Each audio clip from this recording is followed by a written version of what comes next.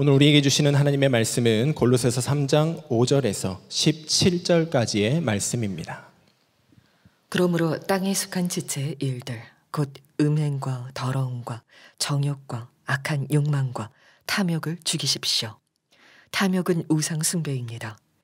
이런 것들 때문에 순종하지 않는 자들에게 하나님의 진노가 내립니다. 여러분도 전에 그런 것에 빠져서 살 때에는 그렇게 행동하였습니다. 그러나 이제 여러분은 그 모든 것, 곧 분노와 격분과 악의와 회방과 여러분의 입에서 나오는 부끄러운 말을 버리십시오. 서로 거짓말을 하지 마십시오. 여러분은 옛사람을 그 행실과 함께 벗어버리고 새 사람을 입으십시오. 이 새 사람은 자기를 창조하신 분의 형상을 따라 끊임없이 새로워져서 참 지식에 이르게 됩니다. 거기에는 그리스인과 유대인도 할례받은 자와 할례받지 않은 자도 야만인도 스구디아인도 종도 자유인도 없습니다. 오직 그리스도만이 모든 것이며 모든 것 안에 계십니다.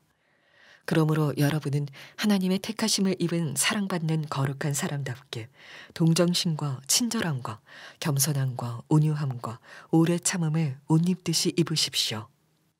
누가 누구에게 불평할 일이 있더라도 서로 용납하여 주고 서로 용서하여 주십시오. 주님께서 여러분을 용서하신 것과 같이 여러분도 서로 용서하십시오. 이 모든 것 위에 사랑을 더하십시오. 사랑은 완전하게 묶는 띠입니다. 그리스도의 평화가 여러분의 마음을 지배하게 하십시오. 이 평화를 누리도록 여러분은 부르심을 받아 한 몸이 되었습니다. 또 여러분은 감사하는 사람이 되십시오. 그리스도의 말씀이 여러분 가운데 풍성히 살아있게 하십시오. 온갖 지혜로 서로 가르치고 권고하십시오. 감사한 마음으로 시와 찬미와 신령한 노래로 여러분의 하나님께 마음을 다하여 찬양하십시오. 그리고 말이든 행동이든 무엇을 하든지 모든 것을 주 예수의 이름으로 하고 그분에게서 힘을 얻어서 하나님 아버지께 감사를 드리십시오. 우리가 이렇게 함께 모여서 예배함이 얼마나 기쁨인지 모르겠습니다. 오늘 이곳에 살아계신 하나님께서 우리와 함께 하시고 우리 가운데 거하시는 줄로 믿습니다. 여러분은 누구세요? 좀 엉뚱한 질문인가요? 여러분은 하나님의 백성이시죠. 그리고 하나님의 백성이면서 동시에 여러분은 이 땅의 백성이기도 하십니다. 그렇다면 하나님 나라의 백성들이 이 땅을 사는 방법은 어떤 모습이어야 할까 여러분 생각해 보신 적이 있으십니까? 여러분 정말 믿음의 자녀로 이 땅에서 잘 살고 계십니까? 그리스도 예수의 사람들이 이 땅을 사는 방식은 과연 무엇일까? 오늘 이 질문을 사도 바울이 다루고 있다는 생각이 들었습니다. 오늘 말씀을 꿰뚫는 질문이 하나 있다면 그리스도 예수의 사람들은 이 땅을 어떻게 살아야 할까? 이에 대해서 오늘 말씀에 사도 바울이 5절에서 분명하게 땅에 속한 지체의 일들을 죽이라고 말하고 있습니다. 그러므로 땅에 속한 지체의 일들 곧 음행과 더러움과 정욕과 악한 욕망과 탐욕을 죽이십시오. 탐욕은 우상 숭배입니다. 이 땅에 속한 지체의 일이란 것은요, 육신에 속한 죄의 모습을 나타내는 것입니다. 이 죄의 속성들이요 마치 한 몸처럼 그 지체처럼 너무나 긴밀하게 연관되어 있다는 것이에요. 그러면 여러분 땅의 것들을 다 버리면 되는 겁니까? 정말로 우리가 땅의 것들은 다 버리고 영적인 것에만 몰두하면 되는 겁니까? 그런데 우리가 꼭 기억해야 할 것이 하나가 있습니다. 그것은 다름 아니라 우리는 이 땅에서 믿음을 살아가야 하는 존재라는 사실입니다. 그렇기 때문에 사도 바울이 이 땅, 육의 현실 가운데서도 하나님 나라의 질서를 살아가야 한다는 것, 이 사실을 오늘 강조하고자 하는 것입니다. 여러분, 땅에 속한 죄의 것들을 버리지 않으면, 오늘 말씀을 보면 그것들을 죽이기까지 순종하지 않으면 하나님의 진노가 결국 임할 것이라 이렇게 기록이 되어 있습니다. 여러분 신발 안에 모래 한 알만 들어와 있어도요, 여러분 불편하시잖아요. 그러니까 그거 하나 빼려고 얼마나 애쓰고 결국에는 털어버려 내지 않습니까? 그런데 여러분, 죄의 것들에 관해서는 여러분 그렇게 애쓰고 털어내버리고 죽이기까지 끊어내십니까? 우리는 죄의 것들을요, 반드시 끊어내야 합니다. 거룩하게 구별된 하나님의 백성으로 우리가 지금을 살아가고, 그와 동시에 다가올 하나님 나라의 때를 우리가 준비해야 하는 것입니다. 역설적으로 보면요, 하나님의 때를 준비한다는 건 과연 뭘 말하는 걸까? 결국 지금 하나님 나라의 백성으로 사는 훈련을 이 땅에서 해야 하는 것입니다. 그래서 이 땅에서 지금 하나님 나라를 사는 사람의 삶은 어떤 모습일까? 오늘 말씀을 통해서 살펴보려고 하는 것입니다. 여러분, 그리스도 예수의 사람들, 그들의 삶은요, 삶의 존재 방식이 완전히 뒤바뀐 사람을 말하는 것입니다. 그런 삶을 사는 사람이에요. 예수 만나기 전의 삶의 방식으로 그 이전으로 계속 돌아가는 그런 사람이 결코 아닙니다. 존재의 방식이 뒤바뀐 사람, 삶의 전 영역에서 완전한 변화를 겪은 사람이 그리스도 예수의 사람들입니다. 여러분, 사실 세례를 받은 우리들이 그런 사람들, 이런 모습들 아닙니까? 로마서 6장 6절에 우리의 옛사람이 그리스도와 함께 십자가에 달려 죽은 것은 죄의 몸을 멸하여서 우리가 다시는 죄의 노예가 되지 않게 하려는 것임을 우리는 압니다. 우리가 세례받고 우리 안에 성령으로 인하여 완전히 변화된 삶을 살게 된 존재, 우리가 사실 그런 존재입니다. 여러분, 존재의 방식이 바뀌었다는 것은요, 생명을 누리는 방식이 바뀌었다는 것을 말합니다. 여기에 계신 어느 한 사람도 빠짐없이 경험한 존재의 방식이 바뀐 사건이 있습니다. 그게 뭐냐 하면 여러분이 태어난 사건이에요. 엄마 태중의 아기는요, 자궁에서 탯줄을 통해서 영양을 공급받으면서 정말 안정감 있게 사랑을 느끼며 자라납니다. 그런데 태어나려는 바로 그 순간에요, 아빠란 사람이 아주 행복하고 감격한 얼굴로 가위를 들고 자신의 생명줄인 탯줄을 자르려고 나타난 거 아닙니까? 그러면 얼마나 막 태어난 아기가 당황하겠어요. 그런데 결국 그 탯줄이 잘립니다. 바로 그 순간에 아기의 존재의 방식이 완전히 뒤바뀌는 거예요. 탯줄을 의지해서 영양이 자동적으로 공급되어졌던 그런 삶의 방식에서 이제 탯줄이 잘렸잖아요. 이제 부모의 사랑을 믿고 살 수밖에 없는 존재로 존재 방식이 바뀐 거예요. 사실 우리 모두요, 그 사랑에 대한 믿음, 그 믿음으로만 사는 존재가 된 겁니다. 그리스도 안에서 존재의 방식이 바뀐 자의 삶의 특징을 바울이 말을 합니다. 갈라디아서 5장 24절에 그리스도 예수께 속한 사람은 정욕과 욕망과 함께 자기의 육체를 십자가에 못 박았습니다. 정욕과 욕망조차 만족함 없이 여기저기 기웃거리며 사는 삶이 아니라 그리스도 예수를 내어주신 그 사랑을 믿는 믿음으로만 살게 되었다는 것입니다. 여러분, 이렇게 생명의 방식이 바뀐 우리의 모습은요, 우리 삶의 관계에서 그 삶이 드러나게 돼 있습니다. 사도 바울이 오늘 말씀 5절과 8절에서 우리가 진짜 버려야 될 악덕들에 관해서 말을 하는데, 그것만 이렇게 추려서 말씀을 드리면 5절에 곧 음행과 더러움과 정욕과 악한 욕망과 탐욕, 8절에 보면 곧 분노와 격분과 악의와 회방과 여러분의 입에서 나오는 부끄러운 말, 이 악덕들을 다 버리고 끊어내야 한다고 말을 합니다. 여러분, 이 리스트를 들으시면서 이 악덕들의 공통점이 뭐가 있다고 여러분 마음속에 좀 생각이 드셨어요? 이 악덕들의 공통점이 하나 있어요. 그것은 지독할 정도로 자기 중심적이라는 것입니다.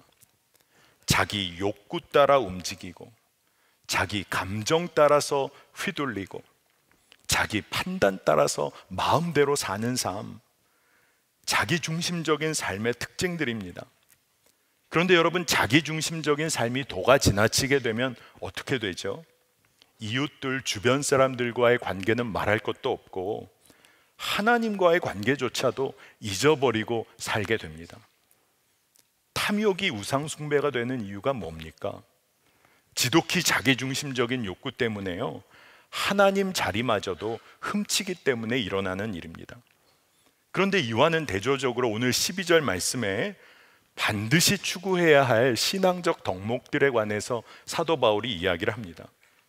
그러므로 여러분은 하나님의 택하심을 입은 사랑받는 거룩한 사람답게 동정심과 친절함과 겸손함과 온유함과 오래 참음을 옷 입듯이 입으십시오.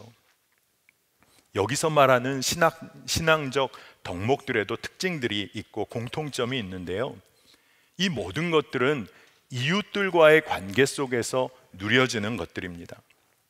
존재의 방식이 뒤바뀐 사람들, 그들의 삶의 관계들에서 드러나는 일들이에요. 사랑을 베풀고 친절히 대하고 겸손과 온유함으로 대하는 것, 상대에 대하여 인내하는 삶, 이것은 관계 없이는 행할 수도 없고 관계 없이는 누릴 수도 없는 덕목들입니다. 이 변화는요, 지독하게 자기중심적인 삶을 살았던 사람이 이제는 하나님을 깊이 사랑함으로 이제 주변의 사람들 사랑하는 자가 된 것입니다. 그러니까 여러분, 오늘 우리가 우리 스스로에게 물어봐야 합니다. 우리는 우리 주변 사람들과의 관계, 그 관계 가운데 어떤 것들을 여러분 누리며 살고 계십니까? 약 4년 전쯤에 제가 섬기고 있는 젊은이 교회 재정팀 섬기던 한 리더의 제안으로 젊은이 교회 기획위원들 모두가 고민을 하게 된 일이 있었습니다. 그 고민거리는 다름이 아니라 요즘 모두가 끼니 걱정하는 시절 아니다라고 말하지만 우리 공동체 안에도 한 끼 식사 해결하기가 어려운 청년들이 있고, 다른 청년들처럼 커피 한 잔 시켜놓고 믿음의 교제 하기 원하는데 커피 한 잔조차도, 정말로 그런 믿음의 교제조차도 하기 어려운 청년들이 있다는 것에 관하여 우리 청년 리더들, 교회는 어떻게 반응해야 할까? 이런 질문이었습니다. 그래서 고민하다가 시작하게 된 것이 주섬주섬 프로젝트라는 것을 시작하게 됐어요. 여러분, 이게 뭐냐 하면 청년들이 참 기발하죠. 주님을 섬기고 주변 사람을 섬기는 프로젝트다 해서 주섬주섬 프로젝트라고 이름을 붙였습니다.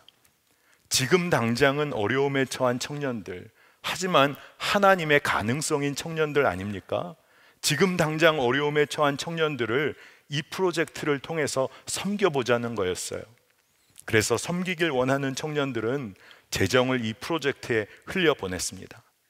그리고 주섬주섬 프로젝트 톡방에 누구라도 한 끼의 필요가 있고 차 한 잔의 필요가 있으면 그 톡방에 올리는 거예요. 이런 필요가 있다.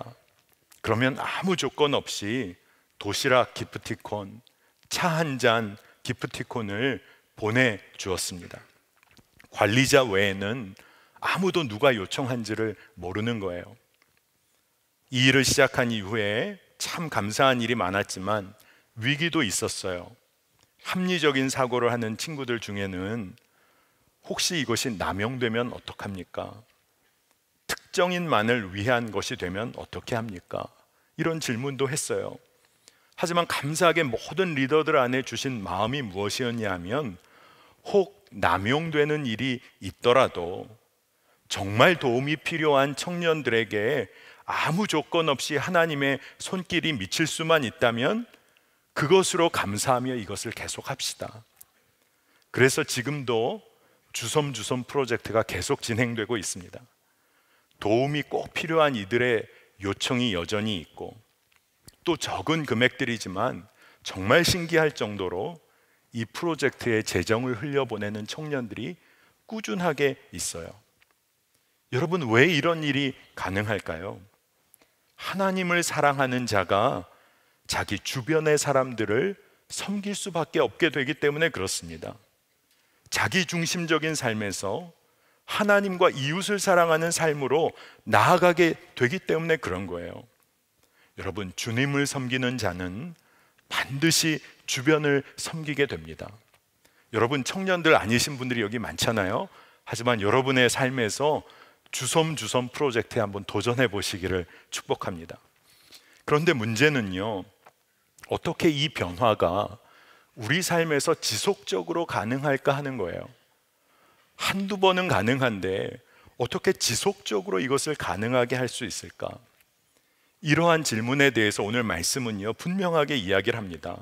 새 사람을 입으라는 겁니다. 오늘 10절 말씀을 보면 새 사람을 입으십시오. 이 새 사람은 자기를 창조하신 분의 형상을 따라 끊임없이 새로워져서 참 지식에 이르게 됩니다. 겉에 드러나는 패션에 관해서 말하는 거 아닙니다. 우리의 형상을 따라 그 성품을 드러내는 삶을 말하는 거예요. 우리가 무너지고 죄짓고 여기저기서 이리저리 휘둘리기도 하지만 우리에게 소망이 있는 이유가 여기에 있습니다.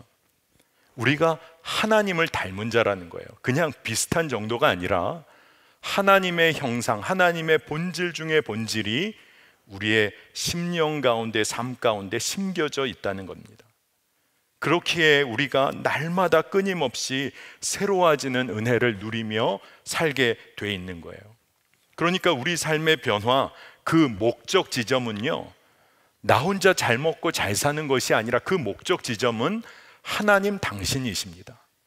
우리의 삶의 변화의 목적지가 어디냐 하면 하나님 바로 그분이신 것입니다. 왜냐하면 우리가 그리스도를 옷으로 입은 자들이기 때문에 그렇습니다.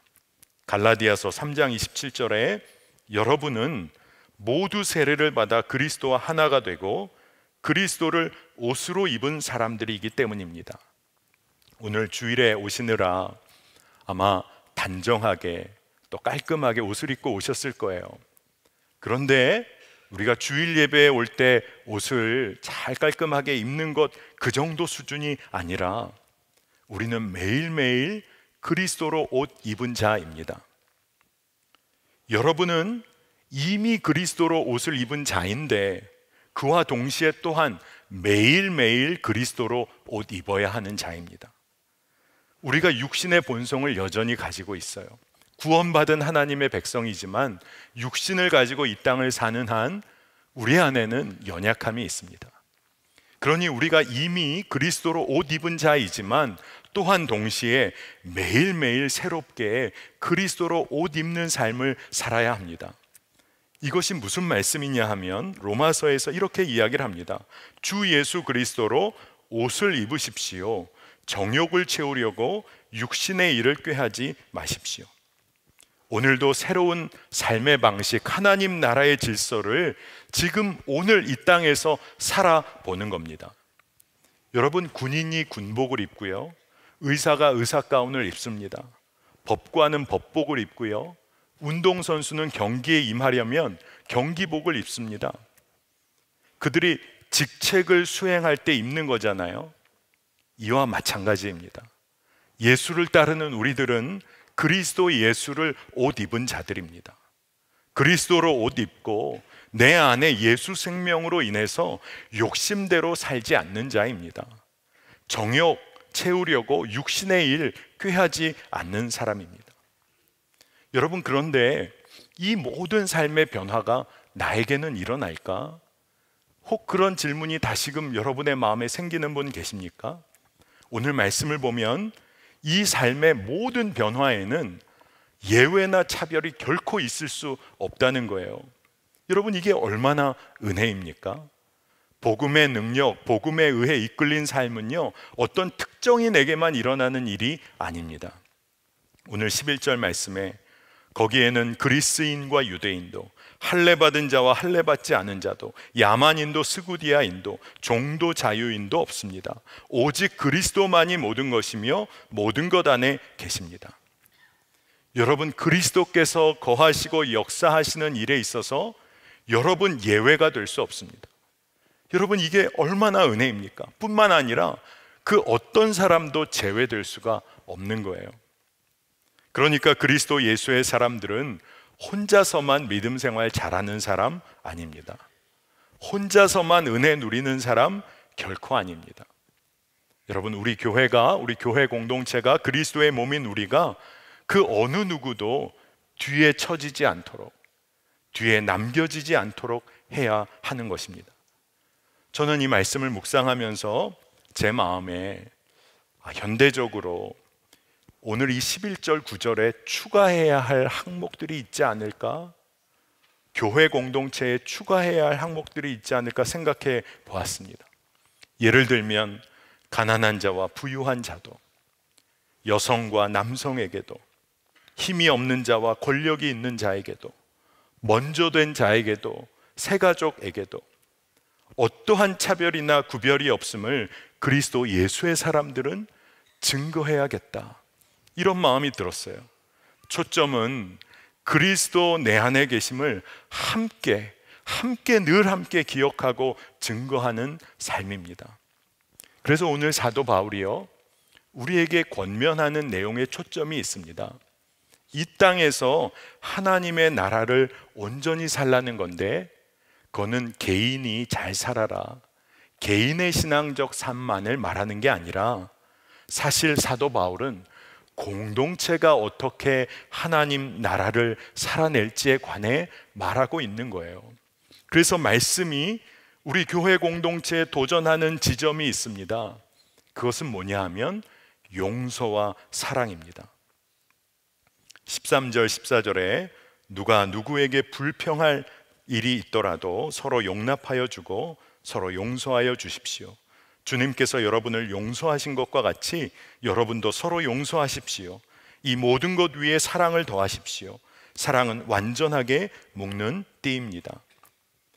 여러분, 용서와 사랑은 한 공동체가 이 땅에서 하나님 나라를 진짜 제대로 살고 있는지를 점검하게 되는 지점입니다. 예수님도 직접 말씀하셨어요. 너희가 서로 사랑하면 모든 사람이 그것으로써 너희가 내 제자인 줄 알게 되리라. 서로 사랑하는 것, 이걸 통하여 우리가 그리스도로 옷 입은 하나님의 백성인지가 세상 가운데 드러나게 된다는 것입니다.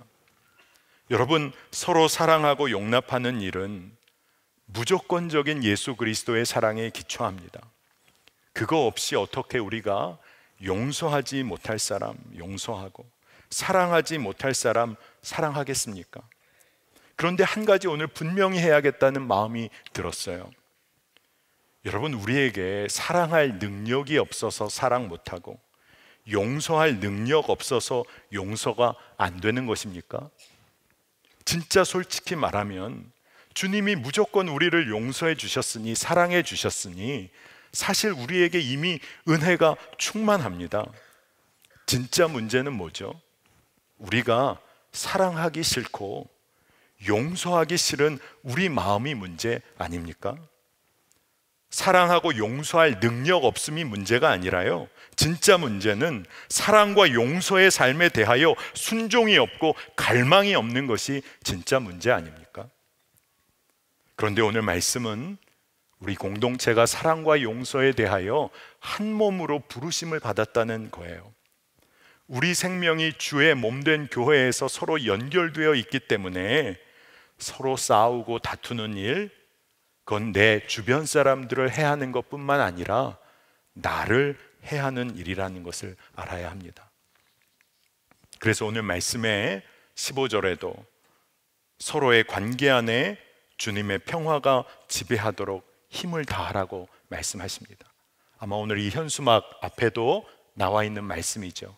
그리스도의 평강이 너희 마음을 주장하게 하라. 그러니 이 말씀대로 사는 삶은요, 내가 살고 싶다, 그렇게 살고 싶다, 이 정도의 수준이 아니라, 정말로 선택사항이 아니라 평화를 이루고 누리는 삶은 우리의 생명의 필수 불가결한 삶의 요소입니다. 우리 모두가 사는 길이에요. 서로 사랑하고 용납하며 사는 일에 우리가 마음을 다하여야 합니다. 이 일에 관하여 사도 바울이 갈라디아서에서 굉장히 독특한 이야기를 합니다. 여러분은 서로 남의 짐을 져 주십시오. 그렇게 하면 여러분이 그리스도의 법을 성취하실 것입니다. 그리스도의 법을 성취하는 일에 관하여 사도 바울은 뜬금없이 서로의 짐을 져주는 일에 관해 이야기를 합니다. 여러분, 남의 어려움, 남의 짐 져주는 거 쉽습니까? 어렵잖아요. 연약함과 허물을 서로 덮어주고 품어주는 일 만만치가 않잖아요. 그런데 이 일이 그리스도의 법을 이루고 그리스도의 사랑을 성취하는 일과 정말로 밀접하게 연관되어 있다는 것입니다. 그런데 아마 여기 계신 분들, 또 제가 청년들과도 대화를 해보면 이런 질문들을 많이 하더라고요. 목사님, 어디까지 용서하고 품어줘야 하는 겁니까? 언제까지 그 사람 짐을 제가 짊어져야 됩니까? 이제는 지쳐요, 목사님. 아마 정말 그런 일을 만나게 될런지도 모르지요. 그런데 보네포 목사님이란 분이 계셨는데 그분이 성도의 공동생활이라는 책에서 이 질문에 관하여 굉장히 명확한 답을 주세요. 서로의 짐을 짊어져 주는 일에 관해 어디까지를 해야 합니까? 이 질문 앞에 너무 분명한 답을 주시는데, 여러분 혹시 이 중에 그 문제로 고민하고 아파하는 분 계시면 이 답을 한번 잘 들어보세요. 당신의 마음에 하늘로부터 기쁨이 주어질 때까지 하십시오. 여러분, 절망입니까? 아닙니다. 여러분, 이 일로 마음 낙심하지 마세요. 왜 우리의 삶이 늘 문제 가운데 여전히 있는 이유를 알아야 합니다. 하나님이 주시기 원하는 그 기쁨을 우리가 갈망하지 않고 서로 사랑하고 용서하는 일에 우리가 알맞게 뒤로 물러서 왔기 때문에 그런 것 아닙니까? 여러분의 마음속 깊이 사랑하고 용서하는 일에 있어서 여러분 기쁨을 누리고 계십니까? 서로의 연약함을 덮어주는 일에, 부부 사이의 가족 간에, 하나님이 허락하신 관계의 모든 주변 가운데 여러분 누군가의 연약함, 그 짐을 짊어지는 일을 통해서 여러분 기쁨을 누리고 계십니까? 우리 안에 평화와 감사가 살아 역사하고 있습니까? 그렇지 않다면 우리가 오늘 점검해 봐야 합니다. 오늘 말씀은 16절에 그리스도의 말씀이 여러분 가운데 풍성히 살아있게 하십시오. 이 말씀이 무슨 의미입니까? 공동체 모두가 말씀 앞에 정직하게 서라는 것입니다. 또한 공동체 모두 함께 주님을 기뻐하는 예배자로 함께 서라는 것입니다. 혼자 아닙니다. 함께 서라는 것입니다. 이 말씀을 묵상하면서 마음속에 떠오른 성경이 있었어요. 아마 여러분 너무나 잘 아시는 말씀, 로마서 12장 1절로부터 시작되는 말씀입니다. 여러분의 몸을 하나님께서 기뻐하실 거룩한 산 제물로 드리십시오. 이것이 여러분이 드릴 합당한 예배입니다. 여러분이 이 시대의 풍조를 본받지 말고 마음을 새롭게 함으로 변화를 받아서 하나님의 선하시고 기뻐하시고 완전하신 뜻이 무엇인지를 분별하도록 하십시오. 여러분, 그리스도로 옷 입은 교회 공동체의 찬양은요, 이 세상을 거스르고 하나님의 뜻을 행하는 믿음의 공동의 고백이 되는 거예요. 공동의 간증이 되는 겁니다. 그리스도 예수의 사람들인 우리들이 오늘과 같이 함께 드리는 이 공동체의 예배는요, 이 시대와 이 땅 한복판에서 하나님의 선하시고 기뻐하시고 완전하신 뜻이 무엇인지를 분별해서 그거 이루어가는 최전선 전방이 되는 겁니다. 그래서 여러분, 오늘 사도 바울이 결론을 져요. 오늘 17절에 그리고 말이든 행동이든 무엇을 하든지 모든 것을 주 예수의 이름으로 하고 그분에게서 힘을 얻어서 하나님 아버지께 감사를 드리십시오. 여러분, 우리가 이 땅을 살지만 이 세상 속에서 무엇을 하든지 그 삶에 주님께 드릴 감사와 찬양이 있는 삶 살게 되기를 축복합니다. 여러분, 그와 함께요, 이 땅에서 우리가 감사와 찬양을 드리게 된다라고 한다면 우리 혼자, 나 혼자가 아니라 다른 사람들과 함께 올려드리는 감사와 찬양, 그 삶을 살아내라는 마음이 들었어요. 여러분, 복음의 능력으로 사는 기쁨은요, 이 땅에서 함께 누리는 것입니다. 그래서 제가 여러분을 축복하며 기도하게 되는 것이 있어요. 그 감사와 찬양이 내 것만이 아니라 공동체 모두의 기쁨이 되기를, 감사가 되기를 기도하게 됐어요. 여러분, 나의 감사가요, 다른 사람 공동체의 일원들에게도 감사의 제목이 되고 있습니까? 아니면 나 혼자만의 감사로 머물러 있습니까? 여러분, 공동체 모두의 감사라고 모두가 감사하고 기뻐하고 있는데 그것이 나에게도 감사와 기쁨이 되고 있나요? 여러분, 그리스도로 옷 입은 사람들, 존재의 방식이 완전히 뒤바뀐 사람들은요, 이 땅에 어떤 한 사람도 뒤에 남겨지지 않고 그들도 감사하고 찬양하고 주님을 기뻐할 수 있도록 그리스도 예수의 사람들은 끝까지 용서하고 사랑하는 자로 부름받은 거예요. 여러분, 우리가 그 복을 누리고 있는 사람입니다. 여러분이 용서하고 사랑하는 한요, 여러분의 마음에 부어진 기쁨은 세상이 빼앗아 갈 수가 없어요. 돈이 있고 명예가 있고 사람들을 알아주는 일들이 내 안에 있으면 그것으로 기뻐할 수 있을지 모르지만 그것은 언제 세상이 빼앗아 갈지 모릅니다. 하지만 여러분이 끊임없이 용서하고 사랑하는 한 그 기쁨은 세상이 못 뺏어 가는 거예요. 저는 꿈을 꿉니다. 여러분도 함께 그 꿈에 참여하시면 참 좋겠어요. 가난한 자도 함께 예배하는 기쁨을 누리고, 힘이 없는 사람도 함께 기뻐하고 감사하고, 사회적 지위와 상관없이 함께 감사하고 예배할 수 있는 공동체, 서로에게 실수하고 넘어지고 서로 아파도 하지만 결국은 함께 감사하고 함께 기쁨으로 예배할 수 있는 그런 공동체. 여러분, 그 축복을 누리는 삶, 이것이 다른 게 아니라요, 그리스도 예수의 사람들이 이 땅에서 사는 방법이에요. 그리스도 예수로 옷 입은 사람들은 어떤 삶을 사나? 끊임없이 용서하고 사랑하며 하나님 허락하신 그 놀라운 사랑 증거하고 누리며 사는 사람입니다. 여러분, 누구세요? 여러분이 바로 그 부르심 받은 사람들이십니다. 여러분이 누구세요? 그리스도로 옷 입은 사람들입니다. 예전에 TV 프로그램에 나는 가수다, 이런 프로그램 기억나세요? 대학을 가보니까 어떤 친구들이 그 당시에 다른 엉뚱한 이야기를 써놨더라고요. 연극 동아리에서 넌 누구냐? 난 누구냐? 막 이렇게 질문을 해놓고 난 배우다 이렇게 해놓은 다음에 연극 광고를 하더라고요. 여러분 진짜 도대체 정체가 뭡니까?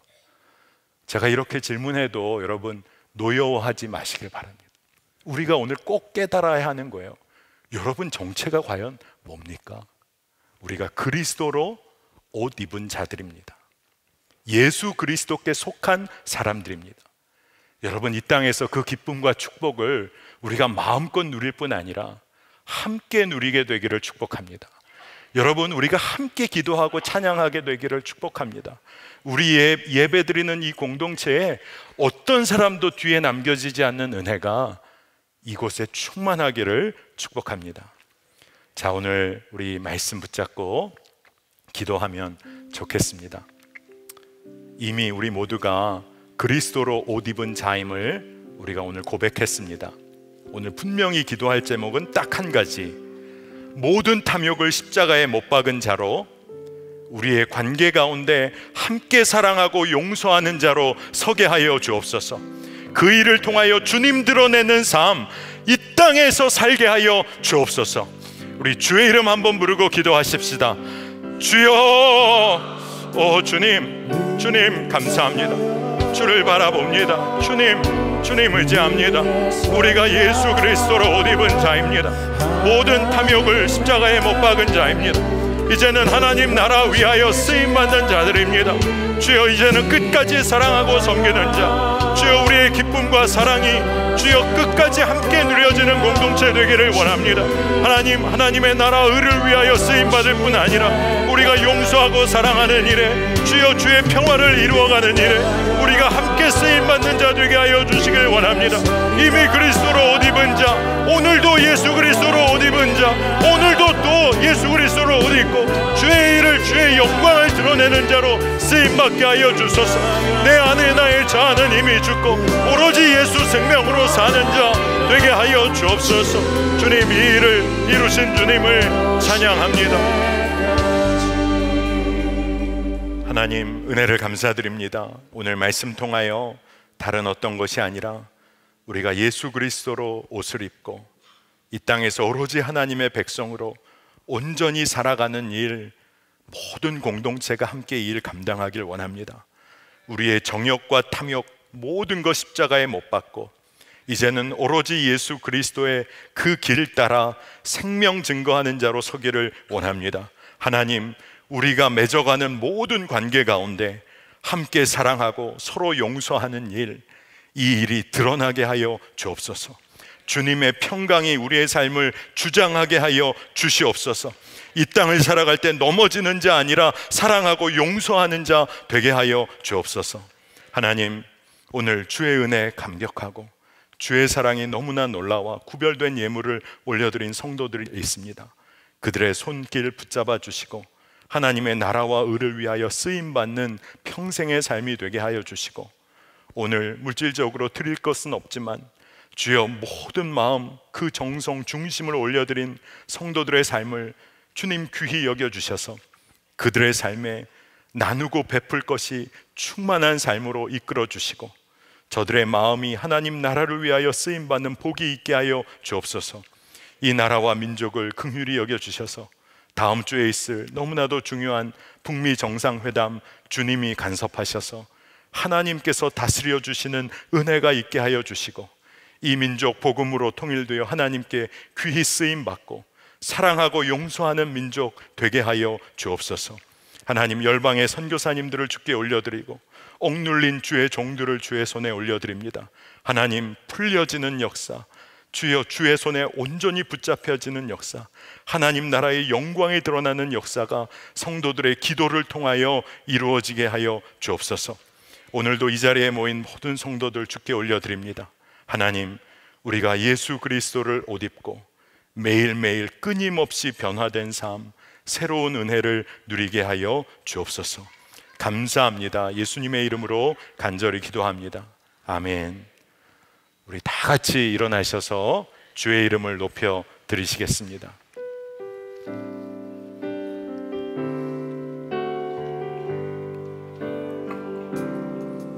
이곳에 임하신 하나님 나라, 가난한 마음으로 바라보리라.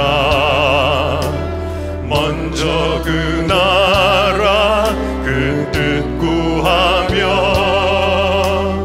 나의 삶 드리리.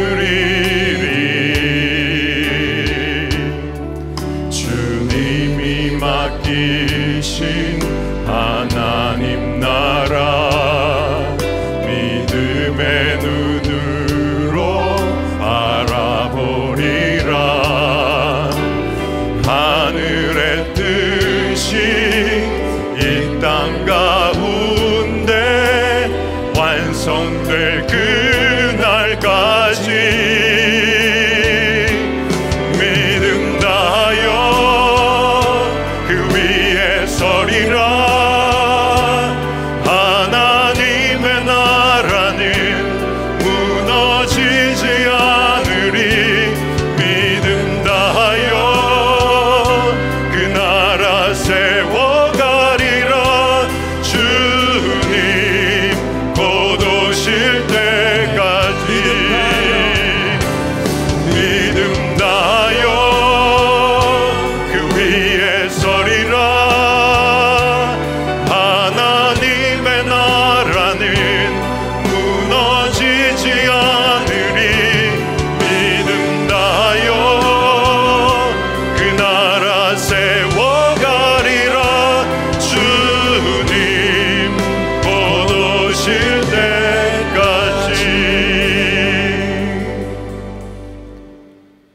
지금은 우리 주 예수 그리스도의 은혜와 하나님 아버지의 놀라우신 사랑하심과 성령님께서 우리 안에서 내주하시고 교통하심이 이제 매일 그리스도로 옷 입고 주의 길, 생명의 길, 용서와 사랑의 길 걷기를 갈망하는, 사랑하는 성도들의 삶 위에 지금으로부터 영원토록 함께 하시기를 간절히 축원하옵나이다. 아멘.